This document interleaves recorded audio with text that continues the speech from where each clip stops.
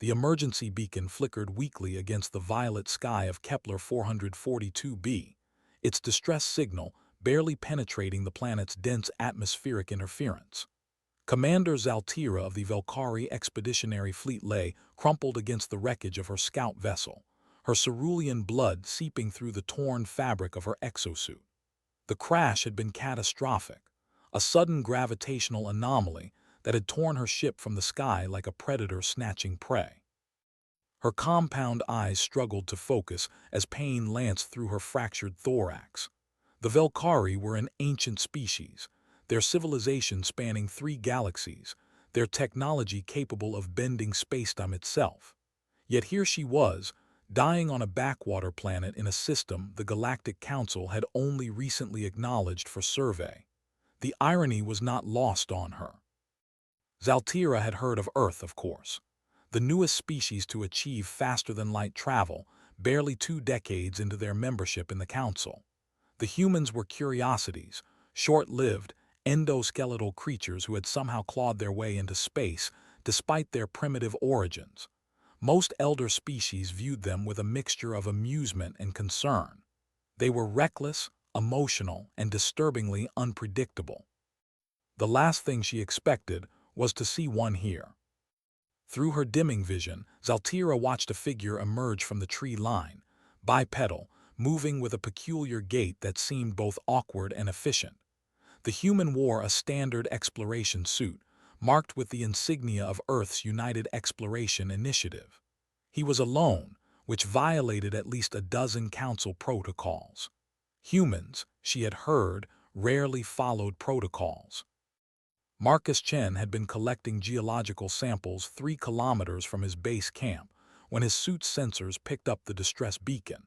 His AI assistant had immediately flagged it as Velkari in origin, which made his heart skip. The Velkari were essentially space royalty, one of the founding species of the Galactic Council, possessing technology that made human innovations look like stone tools. What was a Velkari doing, crashed on Kepler 442b? Marcus didn't hesitate. His training officer's voice echoed in his memory. In space, we're all the same distance from death. You help whoever needs it. He adjusted his suit's trajectory assist and began running toward the signal's source. When he broke through the clearing and saw the wreckage, his breath caught. The scout vessel was embedded in the ground at a 45-degree angle, its hull scored with atmospheric burn marks. And there, slumped against a piece of debris, was a Velkari officer. "Jesus," Marcus whispered, breaking into a sprint. Zaltira's translator implant processed the human's exclamation, some kind of cultural oath, as he approached. She tried to activate her communicator to warn him away. The fuel cells were unstable. The whole wreck could explode at any moment, but her manipulator appendages wouldn't respond properly. The human knelt beside her, and for the first time, Zaltira saw a human face up close. They were strange creatures, bilateral symmetry like most species, but those forward-facing predator eyes and that peculiar arrangement of soft tissue they called a face. His eyes were dark, intense, scanning her injuries with an expression she couldn't quite read. Okay, Marcus muttered, his hands moving quickly. His suit's medical scanner was painting an alarming picture, multiple fractures, severe hemorrhaging, and what looked like a punctured respiratory organ. The Velkari's biology was different from humans, but trauma was trauma in any species. "Can you understand me?" Marcus asked, activating his suit's universal translator. Zaltira's translator rendered his words in her native language. She managed a weak gesture, affirmative. "I'm going to help you," Marcus said, "but I need to move you. That wreck is going to blow." Zaltira wanted to protest. The Velkari were significantly larger than humans. She massed nearly twice what he did. Her exoskeleton structure made her awkward to carry. It was impossible. But the human was already adjusting his suit's exoskeletal supports, redistributing power to his servos. He slipped his arms beneath her with surprising gentleness, considering the urgency of the situation. "This is going to hurt," Marcus warned. "I'm sorry." He lifted. Pain exploded through Zaltira's thorax and she nearly lost consciousness. But the human didn't stop. He carried her away from the wreck with a determined stride, his suit's servos whining under the strain. She could hear his breathing, rapid, labored, over the suit's audio system. They were barely 30 meters away when the fuel cells detonated. The shockwave hit them like a physical force. Marcus curled his body around Zaltira instinctively, taking the brunt of the impact on his back. They tumbled together, rolling through the alien vegetation until they came to rest in a shallow depression. For a moment there was only silence and the ringing in Marcus's ears. Then his training kicked in. He checked his suit, minor damage, nothing critical. Then he checked the Valkyrie. Still alive, barely. "Hang on," Marcus said, though he wasn't sure if she could still hear him. He activated his emergency beacon and began applying what medical supplies he had. The Valkyrie's biology was alien, but the medical database in his suit provided enough information to improvise. Zaltira watched through fading consciousness as the human worked. His movements were quick but careful. His hands, those strange five-digited appendages, surprisingly deft. He used his own suit's medical foam to seal her wounds, adjusted her position to ease pressure on her damaged organs, and continuously monitored her vital signs. Why? The question burned in her mind. She was nothing to him. Their species barely knew each other. By all accounts, humans were supposed to be primitive, self-interested creatures.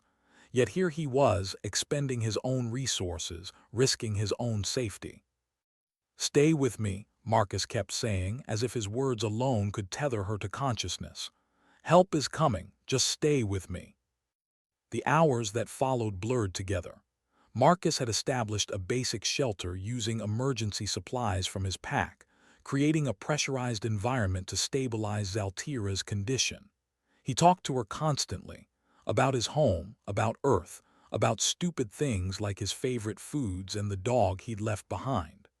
Zaltira understood that he was trying to keep her conscious, to prevent her from slipping away. It was working.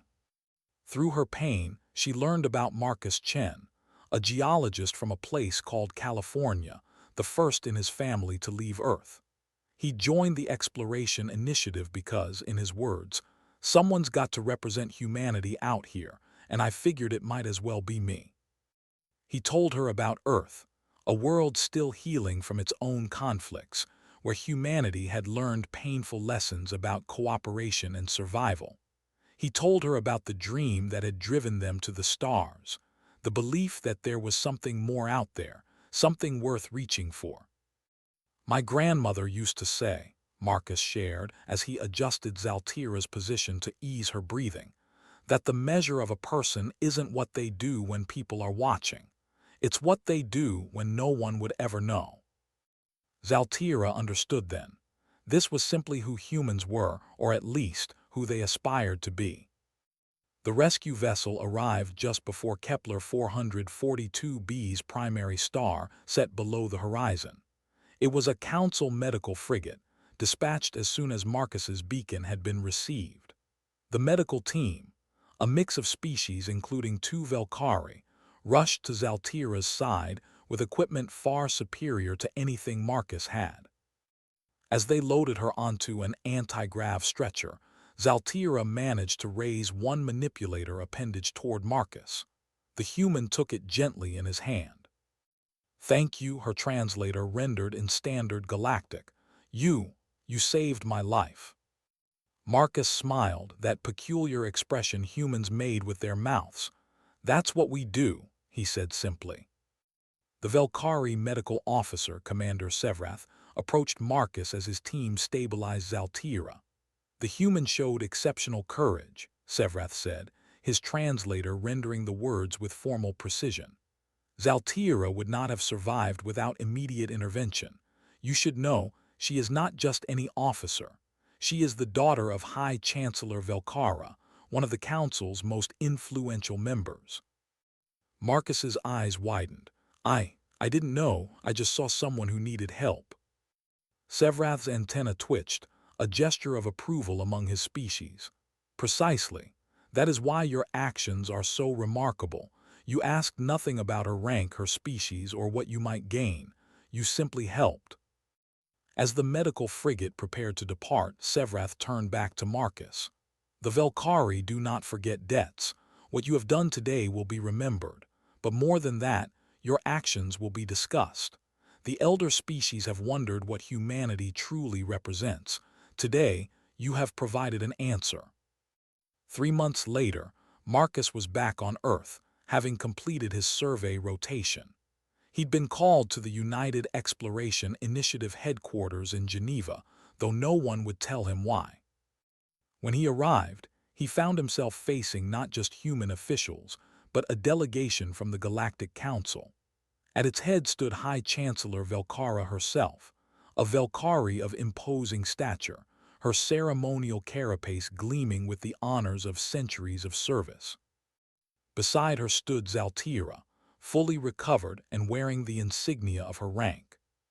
Marcus Chen of Earth, the High Chancellor spoke, her words translated by the Chamber's systems. You saved my daughter's life, asking nothing in return.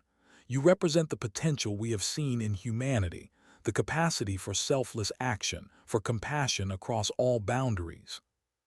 She gestured, and a holographic document appeared in the air between them.